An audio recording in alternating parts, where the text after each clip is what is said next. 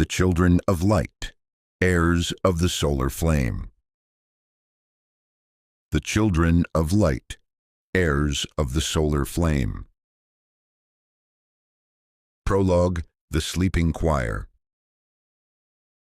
Before memory, before myth, there was a song, a symphony of light and gravity spun across the black seas of space, where celestial bodies drifted in silence, not lifeless, but dormant, each planet a sleeping god, once known to the ancients not as rocks or gas, but as beings, beings with purpose, with voices, with hearts that once beat in harmony with Earth.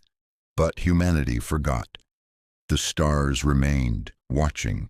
The sun burned on, tireless, and far beyond the warmth of Earth's cradle, at the edge of the void, Pluto waited, alone, frozen not just by distance but by destiny, for it had always been the gatekeeper, the catalyst, the one who would awaken first.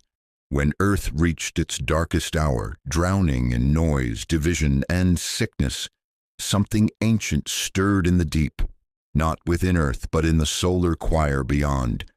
As if the silence had become unbearable, Pluto dreamed. And in that dream, Ereshkigal opened his eyes. Buried under ice and shadow, a heartbeat thudded through his chest, like the first strike of a drum in a silent temple. He had waited eons, buried in the cold of death, listening to the echoes of a forgotten prophecy. One by one the others would rise, and when they did, the forgotten powers of humanity, or intuition, wisdom, courage, harmony, would rise with them. Earth would not be saved by force.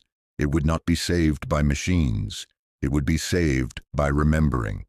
Above, the planets remained in their orbits, Mercury, Venus, Mars, Jupiter, Saturn, Uranus, Neptune, as still as statues, as ancient as time. But within each, a soul now stirred, chosen ones, guardians. Their names would be remembered in the winds, in the oceans, in the forests reborn. They would carry the resonance of the planets themselves, not as rulers, not as heroes, but as awakeners. Each time a planet stirred, humanity would feel it, in their bones, in their dreams, in the way the earth sang beneath their feet. And when the final one rose, when Solon was born of light, the sun itself would awaken, not as fire but as consciousness, and in that light the earth would blossom again. This is not the end of the world. This is the beginning of its remembering. Chapter 1. The Ice That Remembers. It began in the dark, beneath the black skies of Pluto, where the sun was just a pale memory in the distance. The ice cracked, not from pressure, not from heat, but from consciousness. Something ancient and buried opened its eyes. Ereshkigal gasped. He had no lungs, not in the way he once did, but breath returned to him, as if the void itself exhaled life into his form. His body, long cocooned in glacial crystal, shifted. The ice around him shimmered with light not seen since the solar system was young. Memories returned, not as images, but as sound. A hum, a harmony. Low and distant, like whale song through deep water. He remembered Earth, not as it is, but as it was, vibrant, sacred, connected. He remembered the pact made in the aeon before time, when each celestial soul chose slumber so humanity could grow. They had promised, when the earth cries out from its own forgetfulness, we will rise again. That cry had come, and now he awakened. Ereshkigal stood, tall and cloaked in shadows that rippled with indigo light. His eyes glowed from within, not with sight, but with knowing. His form was neither flesh nor stone, but something in between. He walked slowly across the frozen plains of Pluto, the ice beneath him singing in deep, resonant tones. Each step carved a glowing sigil into the frost. He reached the edge of a chasm, and there, etched into the canyon wall by time and silence, were the sigils of the other guardians, 9 in total. their forms faint, flickering, asleep. He pressed a hand to Neptune's mark, and the sigil pulsed. "Soon, sister." He reached inward, and the memory of Earth bloomed in his mind, but not the Earth of machines and war, an Earth of rivers that whispered to the trees, an Earth where people still dreamed in the language of stars. He saw a young woman standing at a lake under moonlight, humming a song she didn't know she remembered. Her name would be Galia, the Earth Guardian, still sleeping, for now, but they would all awaken one by one as he moved closer to the sun and to Earth. Back on Earth, strange things began to happen. People awoke from nightmares they couldn't remember, weeping for reasons they didn't understand. A child in Norway drew a perfect map of the outer planets with his fingers in ash. Old shamans began to speak of the cold voice returning, and beneath the crust of the Earth, the tectonic plates shifted subtly, not destructively, but rhythmically, as if matching a pulse. Birds flew in spiral formations. A glacier in Antarctica cracked into 7 perfect shards, and high in the skies a new aurora flickered, black, blue, and violet, the color of Pluto's dream. Arishan turned toward the black expanse, and for the first time in 10,000 years, he moved forward. Each step shattered silence. Each step echoed through the fabric of the solar system. The first guardian had awakened. The others would follow, and Earth would begin to remember. Chapter 2. The Song Beneath the Waves. Above Neptune. In the silent blue abyss of Neptune's atmosphere, Nerida drifted. She had no form, not at first. Only song, her essence pulsed in slow currents, woven into the methane clouds and liquid winds that wrapped the planet like veils. Where Pluto's awakening had cracked silence with force, Neptune responded with stillness. She did not rise. She floated. But something stirred beneath her, a vibration, subtle, sacred, undeniable. Arishan had moved, and now it was her turn. Slowly the clouds began to part in spiral patterns, as if stirred by an invisible breath. Nerida's spirit coalesced like mist gathering into a shape. Hair formed trailing like seaweed behind her. Eyes opened, luminous and pale as starlight reflected on water. Her skin shimmered with the deep blues of Neptune's unseen seas. She did not gasp or cry. She simply whispered, "I remember. On Earth, Western Ireland, pre-dawn." Maeve Callahan stood barefoot in the wet sand, staring out across the Atlantic. The tide was pulling out, slow and steady. She had come here every morning since her husband's funeral 6 weeks ago. But today felt different. The ocean breathed differently. She felt it in her chest, as though the sea itself had inhaled and the air had thinned. She blinked back tears, not from grief, from something else, a song. She couldn't hear it with her ears, but it was there, threading through the wind, humming in her bones. It made her feel like she was standing on the edge of remembering something sacred. Then she saw it. Just offshore in the gray-blue mist, a figure made of water and light, dancing above the waves, brief as a breath, then gone. Maeve fell to her knees, salt stinging her face. She wept, not in sorrow, but in awe. Neptune. Nerida moved through the sea of stars as though through memory. She traced her fingers across the icy rings, singing in a language older than sound. Her voice rippled through space, not loud, not urgent, just true. She remembered Earth. She remembered the oceans before oil, the rivers before walls. She remembered dolphins that whispered secrets and coral that glowed beneath moonlight. And she remembered her human. Not one person, but many. The dreamers, the sensitives, the artists, the broken-hearted who still looked for beauty. Her awakening would touch them first. She lifted her arms, and Neptune's rings shimmered with spectral light. Blues, violets, greens. The aurora spread like an awakening eye across the planet's pole, and a spiral of light streamed outward toward Earth. Elsewhere on Earth, Tokyo, Japan. A child painted. 10-year-old Haruto had not spoken in 3 years, not since the accident, but that morning his mother found him covered in watercolor, humming softly. His painting showed a woman floating in the sky, above an ocean of stars. Around her, waves turned into birds, and birds into clouds. In the sky above her, a symbol shone like a crest. 3 concentric spirals. Haruto tapped the painting and whispered one word, the first in years. Nerida. Neptune. Her eyes turned toward Earth. She was no longer just mist. She had form now. Arms, voice, memory, power. Her role was not to fight or to build. Her role was to soften, to awaken the inner waters of humanity. Intuition, compassion, vision. Her power was not heat. It was depth.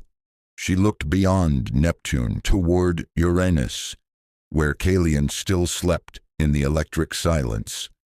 But not for long. For now she whispered one final note, and it traveled through space like the low pulse of a whale across 1,000 miles of ocean. Awaken. Earth, Ireland.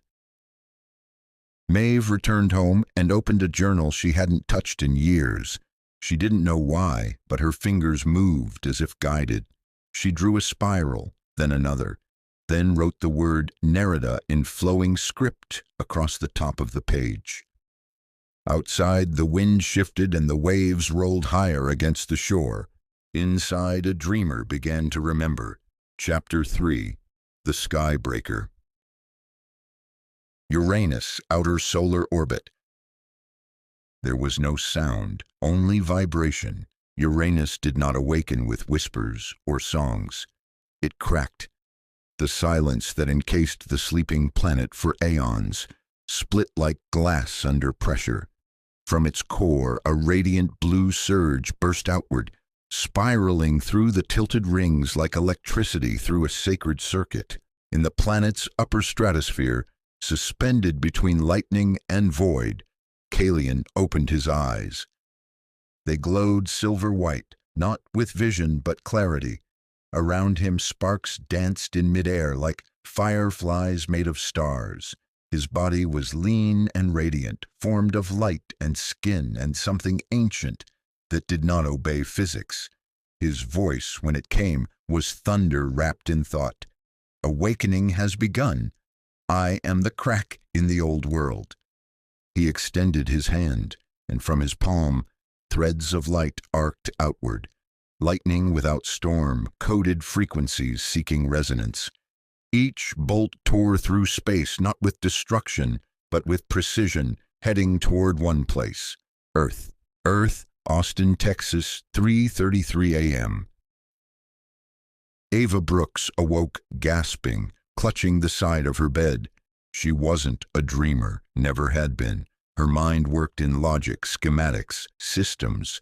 But tonight she had seen a sky filled with equations written in light, not numbers, as if the stars themselves were drawing blueprints across the cosmos. Her heart thudded in her chest. Not fear, not yet, just adrenaline, the kind that comes from knowing something is about to change forever. She stood barefoot on the concrete floor of her workshop. It was silent except for the low hum of dormant machinery. Solar processors, prototype coils, things no one would ever fund. Except now, they weren't dormant. Her best prototype, a free energy generator she had written off as a personal obsession, was glowing, faintly, pulsing. She stepped toward it, breath caught. On the side of the copper chassis, a spiral of light had etched itself, 3 overlapping lines with a central dot. She hadn't put it there. The spiral matched the one she saw in her dream, Uranus. Kalian hovered above the pole of Uranus, surrounded by arcs of bluish-white plasma. His body pulsed like a circuit activating more energy than form. His chest bore a fractal sigil of 8 lightning bolts, intersecting at the heart. He was not fire, he was charge. His awakening would not come gently. He was the breaker of systems, of chains, of false order. His purpose was to snap humanity out of sleep. He would not speak in prophecy but in disruption, and his echo had already been heard. Earth, Ava's workshop. Ava touched the machine, and for a moment her mind split open, not painfully, not physically, but expanded. She saw cities made of light. She saw ancient wheels turning in the heavens. She saw other humans across the world, waking up, drawing, writing, chanting, some alone, some crying, some building. Then she heard it, a voice in her own mind, calm and electric. "You are not the first, but you are needed." She stumbled back, breath shallow. What was happening? Was she losing her mind? But the machine kept pulsing, and deep down, beneath her scientific training and skepticism, something else stirred. Recognition. Uranus. Kalian turned his gaze toward Neptune, where Nerida now floated fully awakened. He felt her resonance, soft and oceanic, and offered a silent nod. He turned next to Saturn, still dormant, coiled around ancient memory. Soon the elder would rise, but first the storm must move. Kalian clenched his fists and whispered one word: shift. And with that, a spiral of cosmic lightning erupted from his chest and shot through the solar wind toward Earth. Earth, satellite reports, unexplained phenomena. Overnight, thousands of people reported flickering electronics, sudden lightning without storms, and deep ringing in their ears. Some called it the shift. Some claimed it was a solar flare, though no solar data matched. But Ava Brooks didn't care what they called it. She knew something had changed. And this time, she wasn't going to ignore the signal. Interlude, the signs on Earth. The sky hadn't changed, but everything underneath it had. Since the awakening of Pluto and Neptune, followed by the electric surge of Uranus, Earth had begun to hum with signals. Not obvious ones, not loud, but if you were quiet enough, if your soul had cracks in the right places, you could hear them. And some did. Ireland, Maeve. Maeve sat in her kitchen, the sea breeze curling through the cracked window. She hadn't slept much. Dreams flickered at the edges of her mind like the tail of a comet, gone the moment she opened her eyes. But the dreams left marks. She turned her teacup slowly and looked again at her notepad.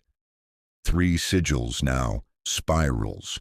One looked like a fingerprint of light, another like a coiled wave. The third, drawn just this morning, looked like an electric burst crossing a circle. She hadn't drawn them. Her hand had moved, yes, but it wasn't her thought behind it. Japan, Haruto. Haruto had stopped painting with brushes. Now he used only his fingers, fingertips dipped in charcoal and berry juice, leaving streaks across the paper and walls of his bedroom. His mother watched, equal parts concerned and mesmerized. He had drawn 3 beings, one of shadows and ice, one of flowing light, and now one of fire and lightning. Underneath each figure he scrawled in soft hiragana, Kyoku, memory, Meng, dream, Mujeme, awakening. Then he pointed to the corner of the room and said softly, "Next comes the circle, the ringed one. Mexico City, Dahlia." Dahlia Reyes couldn't stop painting circles. Her mural, once a chaos of color and emotion, now bent toward order, not bland or rigid, but sacred. Her spray cans seemed to move on their own, forming ancient patterns she'd never studied. She was halfway through painting an enormous figure cloaked in robes whose eyes looked like clocks made of stars. Her best friend asked her, "Who's that supposed to be?" She paused, looked up at the figure towering over the alley wall, and whispered, "I don't know yet, but he's old. He's waiting. Texas, Ava Brooks." Ava sat beside her humming prototype, the spiral still etched and glowing on the copper. She had taken to drawing the same shape over and over, a simple one this time, a circle with a ring around it, marked with 4 lines like pillars. She didn't know why, but it felt heavy. Not bad, just old. Like the symbol remembered something she didn't. She opened her laptop and began researching planetary symbology. When she got to Saturn, her cursor froze. A message flickered in the corner of her screen. Not from any app, just white text on black like from the beginning of computing. "Tamaris is listening." Then it vanished. Jordan Yusuf al-Miraj. The old scholar awoke in his study, heart racing.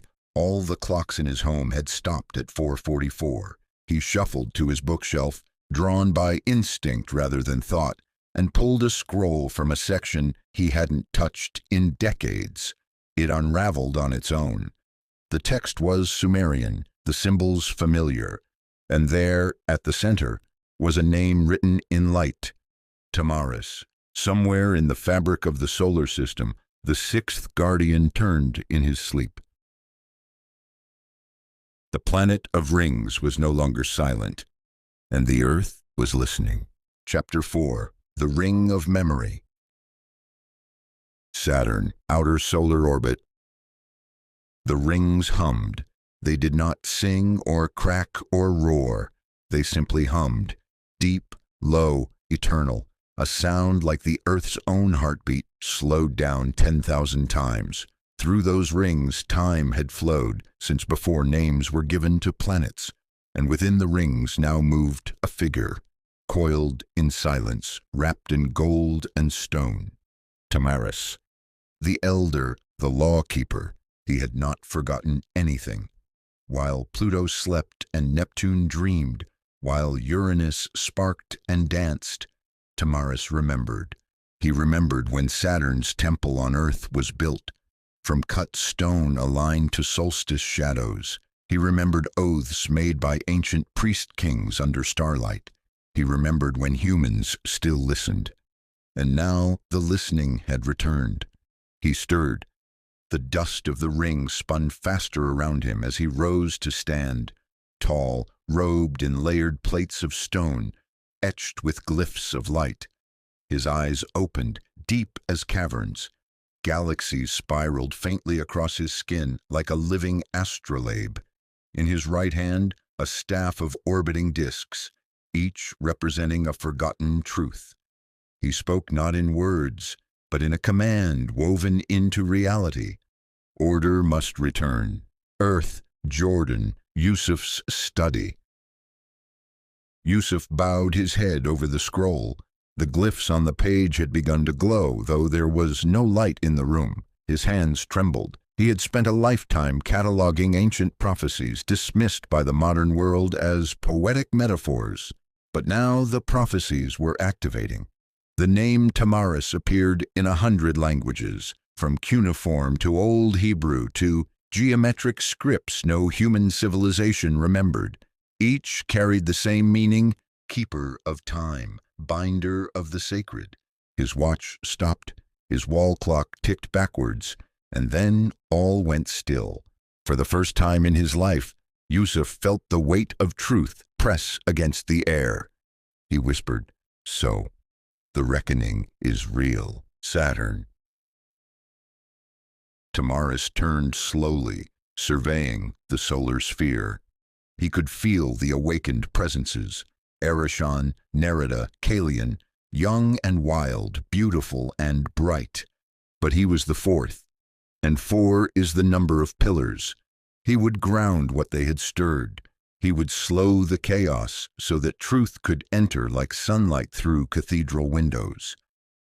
He looked to Earth and raised his staff. From the rings of Saturn, a pulse of gold and indigo rippled outward, not fast, but with the rhythm of breath long held and finally released. Earth, global phenomena. Clock towers across Europe rang out at unscheduled hours, always 4 times. Children drew spirals with squares around them, then said, "It's to keep things safe." Ancient ruins around the world pulsed with low electromagnetic fields, from Stonehenge to Göbekli Tepe. Old court buildings, long abandoned, had strange markings appear on their stones, like seals broken open, and in the dreams of judges, monks, and philosophers, a figure appeared, tall, robed, and silent, pointing to an hourglass with sand running upward. Jordan Yusuf. He stood now outside his home, watching the desert sky. The stars shimmered slightly, as if they too had been recalibrated. Yusuf placed a hand on his chest. He had waited a long time. He didn't know for what, but now he knew. He would not just study prophecy anymore, he would become its voice, Saturn. Tamaris lowered his staff. His duty was not to lead or command or seduce with visions. His duty was to restore sacred law, not of men, but of balance. And his presence would now echo through Earth's bones. Soon the great teacher would rise, Zephyrus. But for now, time had returned. Chapter 5. The Light That Gathers. Jupiter, the celestial sovereign. If Pluto broke the seal, if Neptune stirred the soul, if Uranus cracked the sky, if Saturn restored the sacred frame, then Jupiter was the first breath of new life. The planet swelled with golden light, its stormy surface pulsing with intent. No longer just clouds and gas, Jupiter began to focus, like a great eye turning its gaze inward and then outward across the system. Deep within its swirling mass, wrapped in thunder and lightning, a figure stepped forth onto a platform of floating cloudstone. Zephyrus. He radiated warmth, not just heat, but presence. His robes were made of starlight stitched with comet threads. Around his shoulders hung a cloak woven from the dreams of civilizations long gone. His eyes glowed with solar wisdom, and his voice carried the sound of galaxies expanding. "Let them rise," he said gently, and the echo of his voice turned toward Earth like a divine exhale. Earth, Peru, Andes Mountains. The boy's name was Santiago. He was 13, barefoot, and tending his family's goats. But that morning he stopped at the edge of a high cliff and looked toward the sky with eyes wide, not in fear, in awe. Above him, in the thin atmosphere, a swirling spiral of gold light appeared briefly, and within it, a feathered figure with open arms.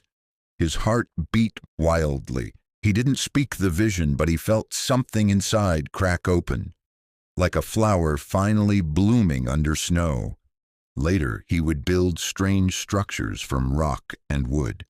Shapes, he said, he remembered from the stars, India, Himalayas. High in a mountain cave, a wandering monk opened a sealed scroll he had carried for 40 years without reading. He was not allowed until the sign came. And now Jupiter's sigil glowed on the wall of the cave, made from nothing but sunlight passing through a crack. He read the scroll. He wept. He packed his things and began descending the mountain. "The time of silence is over," he whispered. "Jupiter." Zephyrus extended his hands, and from his palms burst ribbons of golden frequency. These frequencies threaded out into space, reaching the minds and hearts of teachers, elders, seekers, and forgotten souls. His wisdom was not taught, but remembered. He did not shout, he simply radiated, and as he did, Dormant truths lit up across the earth. Earth, Mexico, Dahlia's rooftop. Dahlia looked up from her canvas. A new image was forming, this time not chaotic. It was a spiral staircase made of stars, and at its center, a radiant figure holding a scroll in one hand and a sun disk in the other. She didn't know his name, but she felt it in her body. Zephyrus. And in her mind echoed a phrase not her own. All knowledge returns to light. Texas, Ava Brooks. The schematics had changed again.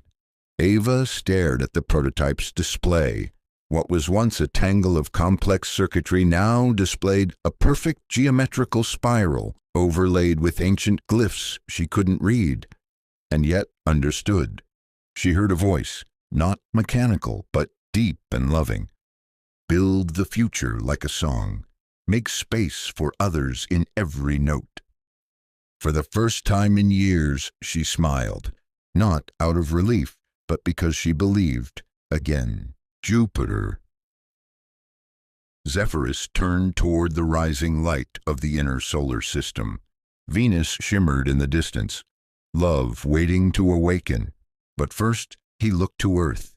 He whispered, "Remember the Golden Age, not as fantasy, but as blueprint."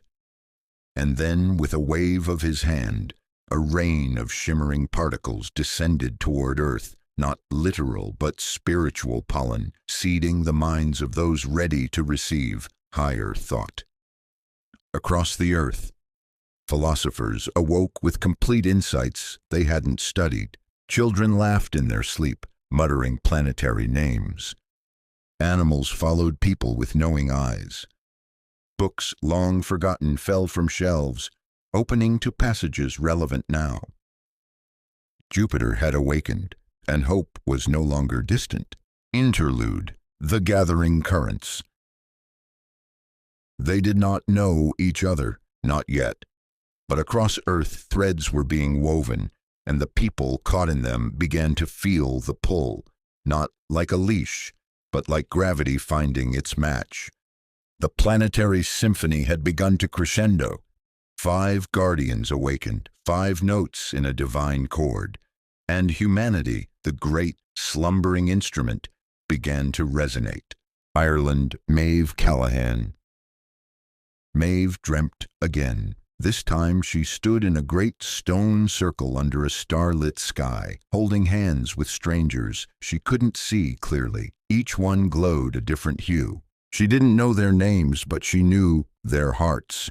And when she awoke, her first words were, "They're coming." Texas, Ava Brooks. The schematics kept changing. Her machine now pulsed with a rhythm that matched her own heartbeat. More disturbing, she had begun hearing a whispering language, not outside her but within, like memories rising from the bones. And she wasn't the only one. She found a forum online, hidden, barely used, where people across the world were posting the same symbols, spirals, sigils, planet glyphs, frequencies. They called it the pull. Mexico City, Dahlia Reyes. Dahlia's rooftop was now a living temple. Strangers came just to sit beside her murals, not understanding why, only that they felt different after standing in the colors. One woman touched her shoulder and said, "You don't know me, but I saw you in a dream." Dahlia smiled gently. "Yeah, I've been seeing you too." Jordan, Yusuf al-Miraj. The ancient scrolls had begun to bleed light at night, not literally, but the edges of the text glowed when no electricity was present. He took photos. The camera saw nothing, but he did. He began compiling everything: planetary timelines, sacred geometry, mirrored myths. He began mapping the convergence. Something, or someone, was drawing them in, and he wasn't afraid. Japan, Haruto Tanaka. Haruto painted 7 figures now, not abstract anymore. Each had a sigil above their head. each one corresponding to the planetary glyphs. His latest figure had red eyes and carried a flaming spear. When his mother asked who it was, he didn't look up. He just said, "He's coming next. He protects us." Elsewhere, global signs. A giant flock of starlings in Spain formed a perfect ring in the sky, visible for 3 minutes. Children in Uganda sang in unison languages they'd never learned. A temple bell in Tibet rang out without being touched. Bees built a hexagonal honeycomb shaped exactly like Saturn's pole vortex in a region they had abandoned for years. People on opposite ends of the earth woke up from the same dream, speaking the name Ashar. And on the edge of war, on the edge of history, Mars began to burn. The protector was stirring, not to conquer, not to destroy, but to stand, to shield what had awakened, and the earth prepared to rise. Chapter 6, Mars, Ashar's Awakening. Mars, the fire, sleeps no longer. The red planet turned slowly in its orbit, dust swirling like smoke around ancient scars, canyons that once held rivers, craters that once echoed with thunder. Mars had always carried the memory of struggle, not senseless war, but sacred resistance. And now, as the fifth guardian stirred across space, the sixth prepared to rise. At the base of Olympus Mons, half buried in rusted stone and time, a figure lay still, a shadow carved into rock. Until now, the ground shuddered not with violence but with intention. Dust rose, sparks flickered, and the figure stood. Ashar. He was broad-shouldered, armored in dark crimson metal etched with solar lines. His face was strong, scarred by past lives, and his eyes burned not with anger but with clarity. On his back he bore a great weapon, not a sword, not a gun, but a spear of light forged from the breath of stars. He had waited longer than any of the others, not because he was forgotten, but because he would only rise when Earth was ready to stand. He took his first step forward, and the Martian sky shimmered red gold. He looked toward the inner planets, now fully awake. Pluto, Neptune, Uranus, Saturn, Jupiter, all glowing along the great arc toward the sun. He could feel them watching, and with them, something more. Danger. Not all forces in the universe welcomed the awakening. Ashar raised his spear and struck it against the Martian stone. A tremor rippled across the solar field, a soundless roar that echoed through the bones of Earth's protectors. I am the flame that guards the gate. Earth, Nairobi, Kenya. A riot was about to break out in the street, but then it didn't. No one could explain why. A line of protesters and riot police stood still, unmoving, locked in eye contact. Then a young man, no more than 20, stepped between them holding a red cloth marked with a strange, spiral-shaped flame. He said nothing, but both sides stood down. Later, his photo spread across the internet with the caption, "The Peacemaker." He never gave his name. Earth, Texas, Ava Brooks. Ava's heart raced all morning, not from anxiety, from something deeper, like adrenaline before a great leap. Her hands sparked against metal as she worked, literally sparked. Her prototype flared to life and projected a 3D map, not of circuitry but of Earth's ley lines. At the intersections, it marked nodes, places where the planetary energy converged. A deep red pulse shone from one of them, a location she'd never visited. It was in Jordan. Earth, Jordan, Yusuf's study. Yusuf saw the same red flare in his own dream. He woke to find one of his scrolls aflame, not burning, but glowing with a soft, pulsing heat. The sigil of Mars shimmered on it, a circle with an arrow pointing forward. It pulsed 3 times, then faded.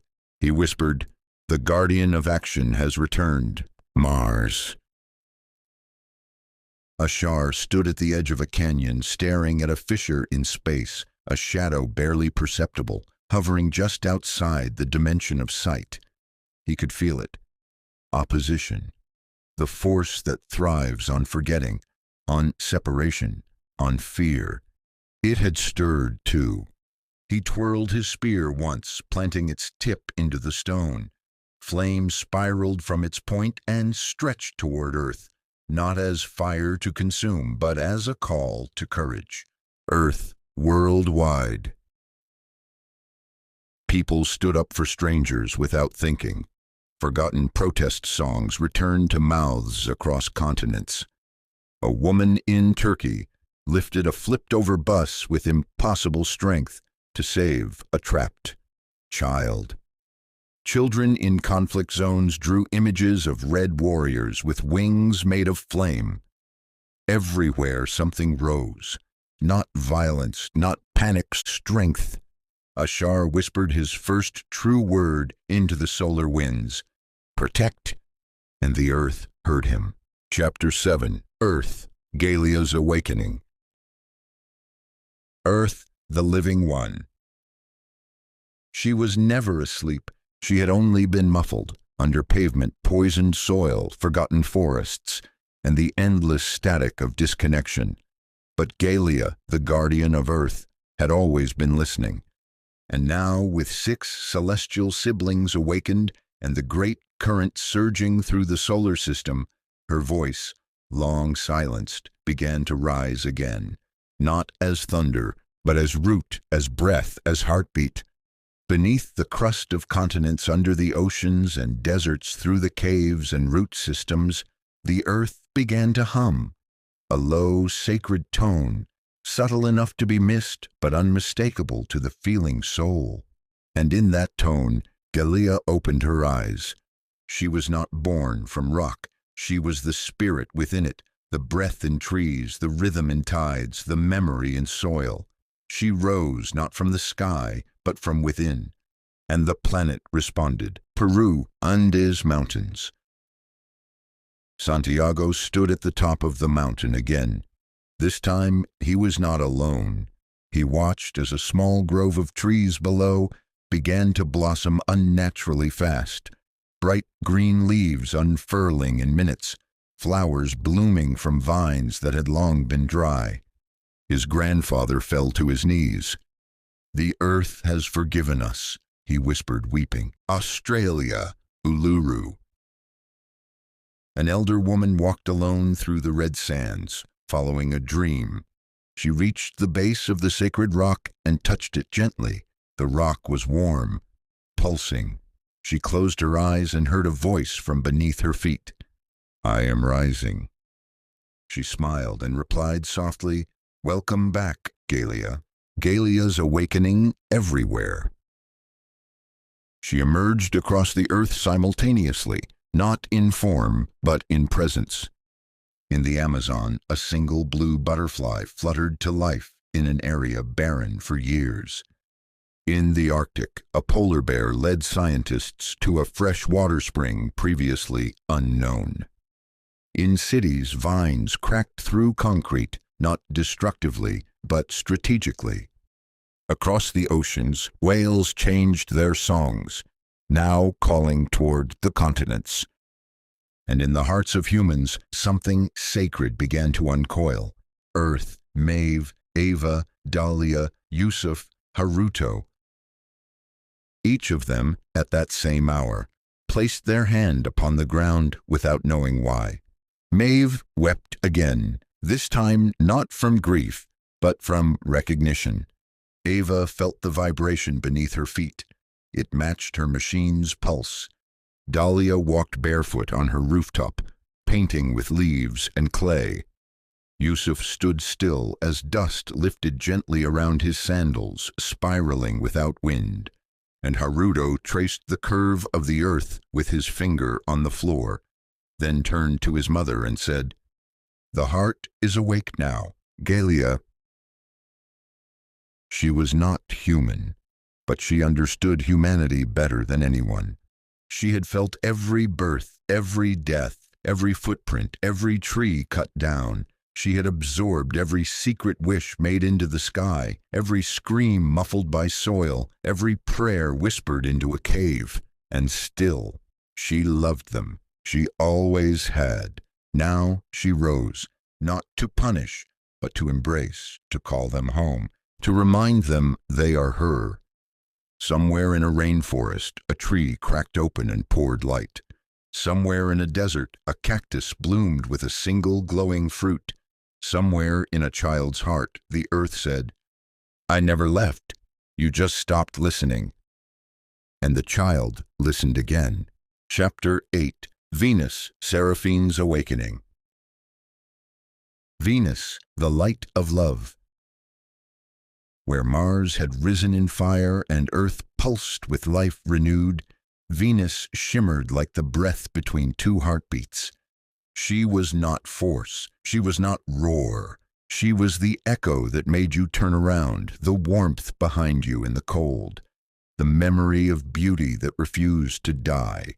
She was Seraphine, and she had waited longer than any of them, not because she was unready, but because the world had not yet remembered how to feel. But now, as Earth's heart beat again, and humanity lifted its gaze from the ground to the stars, Seraphine stirred. She floated above Venus's clouded surface, her body radiant and weightless, her skin glowing with gold and pink hues like sunlight on a rose. Her hair flowed like liquid light, and her voice, though she had not yet spoken, could already be felt. It was not a song, it was a frequency, and it moved across space like perfume across memory. Earth, global awakening of love. Everywhere people slowed down. In cafes, strangers looked at one another a moment longer. In crowded cities, someone reached out to help, not for reward, but for no reason at all. In homes, lovers who had drifted apart found themselves laughing again, inexplicably remembering why they chose each other, and the earth itself responded. Wildflowers bloomed along highways overnight. Honeybees danced in sacred hexagons with no hive nearby. The sky blushed pink during twilight across 5 continents. And in the waters, dolphins began to swim in spirals beneath full moons. Mexico, Dahlia Reyes. Dahlia awoke mid-dream with tears on her cheeks. The mural she had begun the day before had transformed without her touch. The figure of Saturn she'd painted now held out his hand, and from it flowed a woman made of light and petals. On the wall beside the mural, words appeared, not painted by her, but burned softly into the stucco. Love is the final structure. Ireland, Maeve. Maeve tended her small garden, humming a tune she didn't know. When she touched a rose, its petals unfolded in a spiral, revealing a symbol at its core, a glowing, perfect heart inside a circle of light. She fell to her knees, overwhelmed. It was not grief this time, it was something older, deeper. Grace, Venus. Seraphine opened her eyes and looked toward Earth. She did not speak. She smiled. And in that smile, every painting, every poem, every kiss, every lullaby across history bloomed anew in the memory of humankind.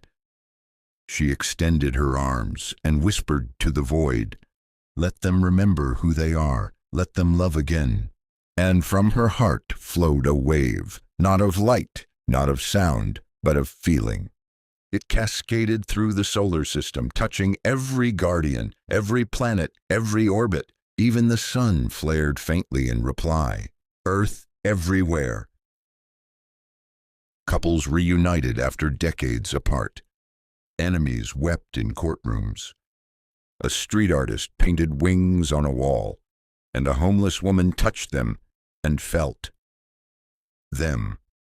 In schools, children hugged their teachers without knowing why. Even those untouched by magic began to feel lighter, like they were walking through a world that was finally beginning to heal. Seraphine. She turned her gaze toward the sun, now glowing brighter, warmer. The final guardian was not yet awake, but Solon, the one, was beginning to stir, and Seraphine's light would clear the path. With a final motion, she pressed her palms together, and across Earth flowers opened in unison. The planet was ready to love itself back to wholeness. Chapter 9. Mercury, Therian's Awakening. Mercury, the messenger, stirs. He moved like a thought, sudden, electric, impossible to catch. Therian didn't awaken. He arrived.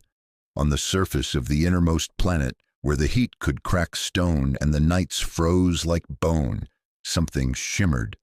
The light bent, the shadows twisted, and in the blink between solar flare and silence, he stood, barefoot, cloaked in a mantle woven from threads of silver, gold, and shadow.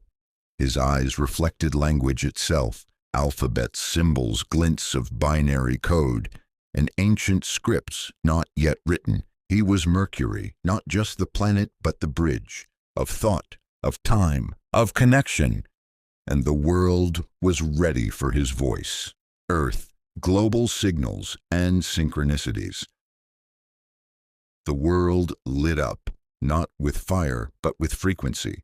Radio stations glitched and played ancient mantras. Satellites pulsed in synchronized patterns. Smartphones glowed with unreadable characters that vanished before screenshots could be taken. And in the minds of sensitive people everywhere, a single sudden clarity.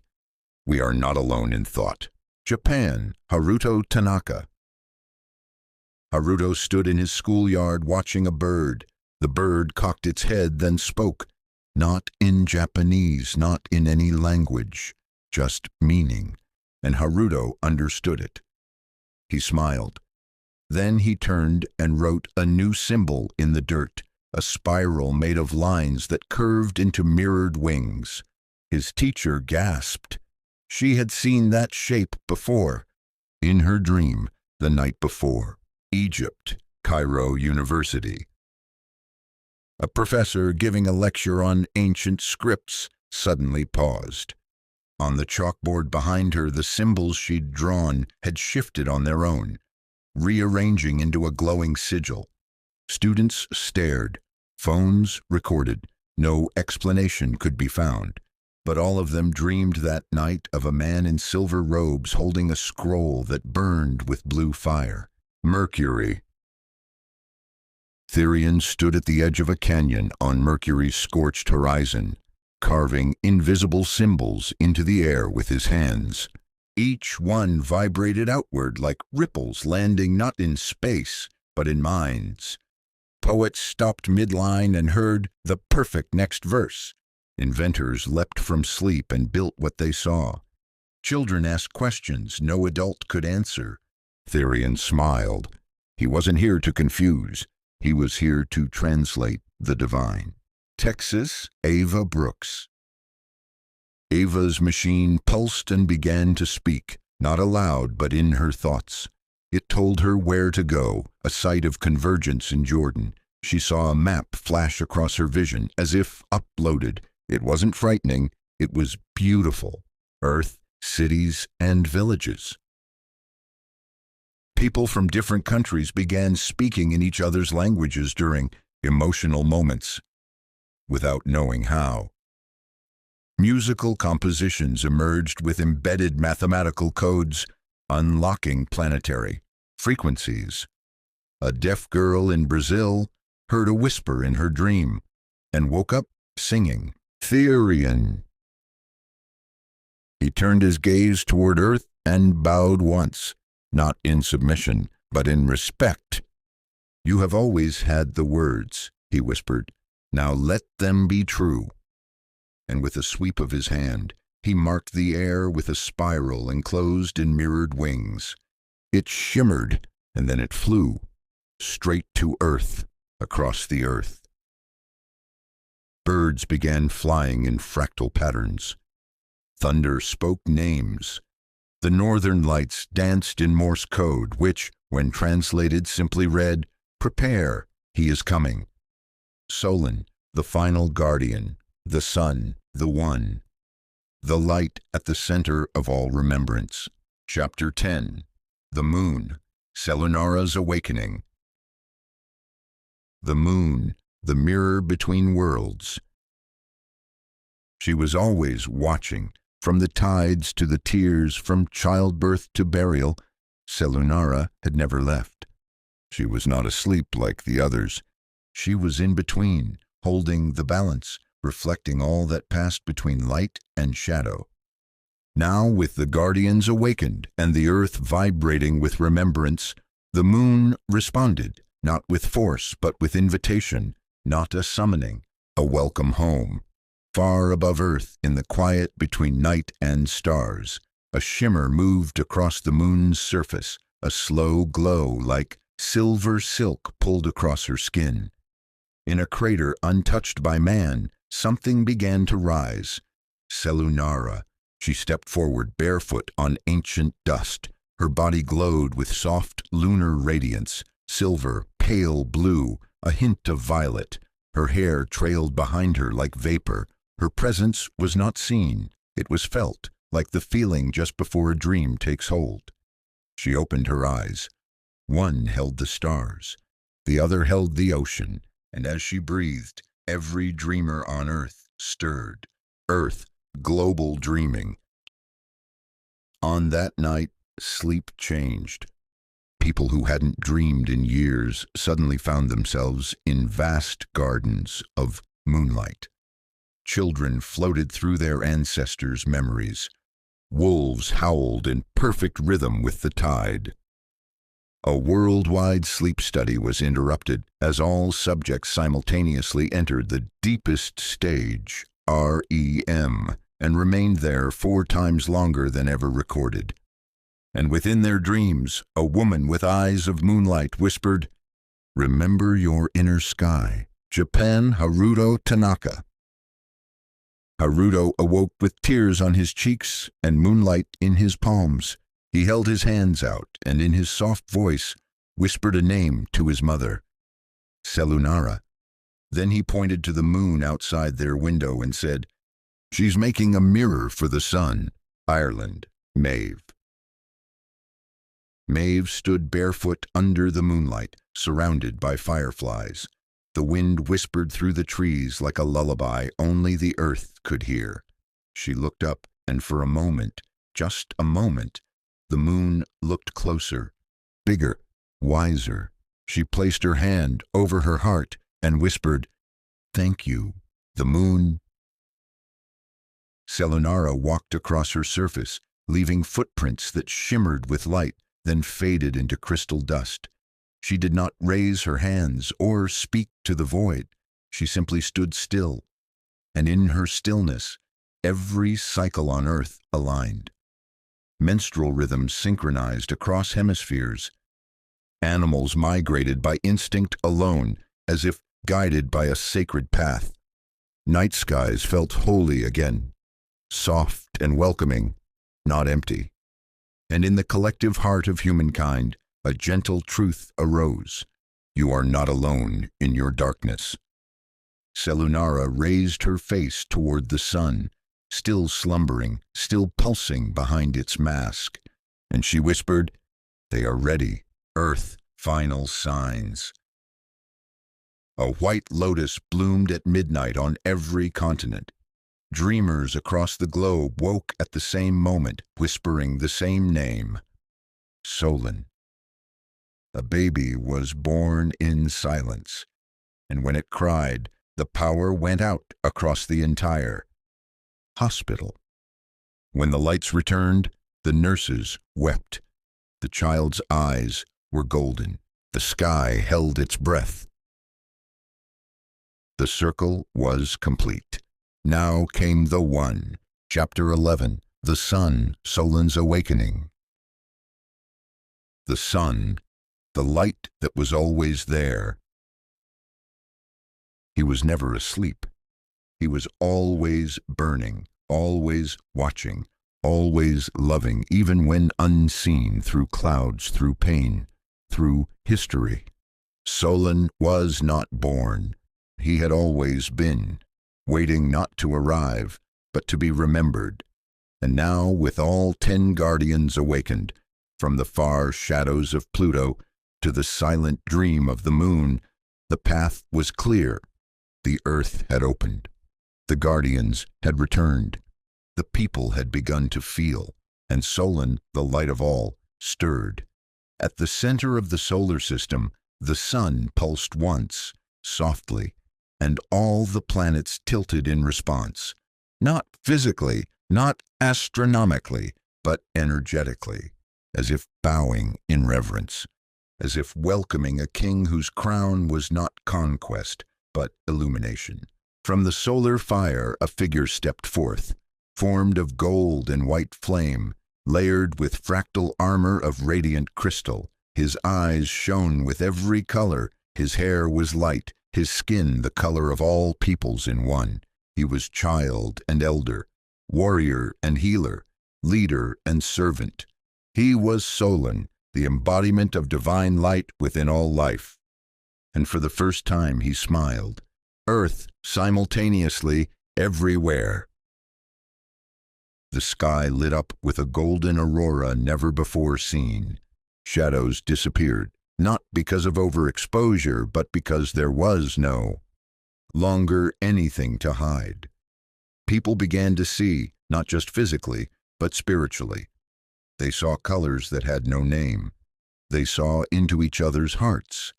They saw the truth, and instead of fear, they felt peace, our earth characters.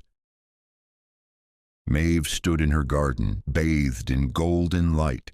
She felt the hand of her late husband on her shoulder, not ghostly, but present, whole. She whispered, "I'm not afraid anymore." Ava watched as her machine shut down, not in failure, but in completion. The device had done its work. She didn't need it anymore. The answers were within. Dahlia saw her final mural, a glowing silhouette of Solon, appear on the wall without a single stroke of paint. She laughed, then cried, then danced barefoot under the sun. Yusuf sat in silence in his study, scrolls forgotten. He simply whispered a prayer, not from any book, but from his soul. Haruto pointed at the sky and said, "He's here, he's inside us now." The sun. Solon stood at the center of the planetary circle, all the guardians surrounding him in their awakened forms. Erishon, Nerida, Kalian, Tamaris, Zephyrus, Ashar, Galia, Seraphine, Therion, and Selunara. They did not kneel, they did not bow. They simply shined, together, forming a radiant wheel of light around Earth. Solon raised his hands, not to command, but to embrace. And in that moment the light was not blinding, it was home. Earth, the convergence. War ceased, not through treaties but through sudden compassion. The sick began to heal without explanation. Forests regrew, oceans cleared, skies brightened, and people remembered how to listen to the silence between sounds, where the soul speaks. All around the world, humans looked up and said one word. Finally, no one could explain it. No scientists could fully measure it. No historian could write it down with certainty. But every soul knew. The giants had awakened, and in doing so they had awakened us. Epilogue, the remembered world. 33 years after the awakening. There were still cities, but they breathed now. Buildings curved like trees. Light flowed through walls like water. Roads no longer divided land. They wandered with it, paved with moss and crystal-fused stone. Vehicles floated silently, powered by resonance, not fuel. People spoke softly, not from fear, but because they had nothing to prove. Children were born with memory in their eyes, not of trauma, but of stars. And across the globe, at every equinox and solstice, the Circle of 11 was honored, not worshipped, remembered. The guardians. They had not vanished. They had become part of the world. Arishan lived in the dreams of those facing great transformation. Nerida was felt in every healing ocean wave. Kalian whispered through flashes of sudden insight. Tamaris stood in the silence before truth is spoken. Zephyrus stirred in every moment of joy and expansion. Ashar walked beside the protectors of life. Galia bloomed in every patch of earth, sacred and free. Seraphine danced in every act of love. Therion flowed through the minds of peacemakers and poets. Selunara glowed in every moonlit reflection. And Solon burned in every heart. Earth. The planet was not perfect, but it was alive, awake and no longer afraid of its own potential. People cried still, they failed, they argued, but they no longer forgot who they were, and because of that, they healed faster, they forgave deeper, they dreamed wider. A final vision. In a meadow where flowers glowed under starlight, a group of children gathered in a circle. They weren't taught stories from books. They were taught to listen. A teacher, old and kind-eyed, pointed to the sky and said, "Do you see the planets?" They nodded. He smiled. They were never just rocks. They are family. They waited for us, and now they walk with us. One child, eyes bright, raised her hand. Will they ever sleep again? The teacher paused, then knelt and said, "Only if we forget, so let's keep remembering." And they did. The end. But it was never truly the end. The planets had awakened. The earth had remembered. The people had opened their eyes. And as the golden light of Solon warmed a world reborn, a new generation looked to the stars, not with fear, but with invitation, because this time, We Will Not Forget, created by Samuel Jaggard and ChatGPT.